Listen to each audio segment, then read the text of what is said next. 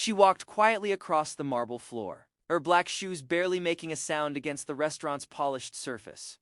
The chandeliers above glittered like captured stars, casting a golden glow across linen-draped tables where New York's elite dined and laughed. Her name was Clara Weiss, and to anyone watching that night she was nobody.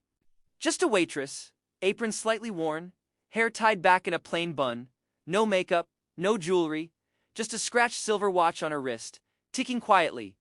But in less than an hour, Clara would leave the entire restaurant stunned. She would silence a billionaire, one of the most powerful men in Europe, and remind everyone in that room of a lesson they would never forget. Before we dive deeper, do me a quick favor, grab your phone, hit that like button, subscribe, and drop a comment below. It helps me keep bringing you these stories, and I promise you'll want to hear how this one ends. Alright, let's begin. Asterisk at the center of the dining room sat Victor Reinhardt, a German billionaire whose reputation traveled ahead of him. He was the kind of man who never entered a room quietly. His suit tailored sharp enough to cut steel, his shoes polished until they could blind you with a glance. And sitting beside him, like a shadow, was Eric, his lean, smirking assistant. Two men barely looked up when Clara approached. Victor raised his eyes once, dismissing her immediately, and then switched to German. "This restaurant must be desperate," he muttered, loud enough for Eric to hear. "Hiring anyone with steady hands," Eric chuckled, shaking his head. "She probably won't even remember the order." Victor flicked the menu toward Clara, the pages fluttering against her hand like an insult. "Let's hope you have the memory to keep up." Clara bent slightly, her voice soft. "Yes, sir." "Yes." But as she turned to leave, her eyes caught the chandelier's light for just a second, steady, sharp, flinching. She carried the weight of 1,000 assumptions on her shoulders that night. But what the room didn't know was that Clara Weiss was not who she seemed. Asterisk, the restaurant buzzed with chatter, laughter, clinking glasses. Deals worth millions were being toasted at nearly every table. At one, a woman in a velvetrade dress leaned toward her date, whispering just loud enough, "Is that waitress new?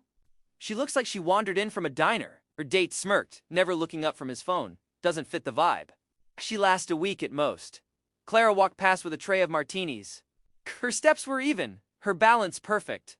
She had heard worse, because once upon a time Clara's life had been very different.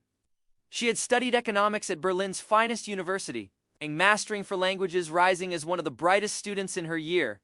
Her professors had expected her to become a diplomat, a leader, a woman who would shape policy on the global stage, but life has a way of changing course. When her mother, Margaret, fell ill with cancer, Clara left everything behind. Her degree, her apartment, her future. She came back to New York without a word, trading her old world of power and privilege for one purpose, to be near her mom. And that's how she ended up here.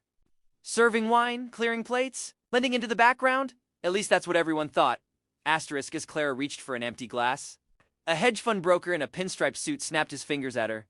"Hey, sweetheart," he called, his voice loud and careless. "You forgot the lemon twist in my drink.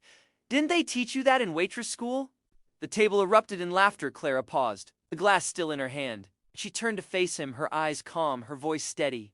"My apologies," she said. Then she walked back to the bar. When she returned, she placed the lemon twist gently in his glass and gave him a small nod. The laughter died almost instantly.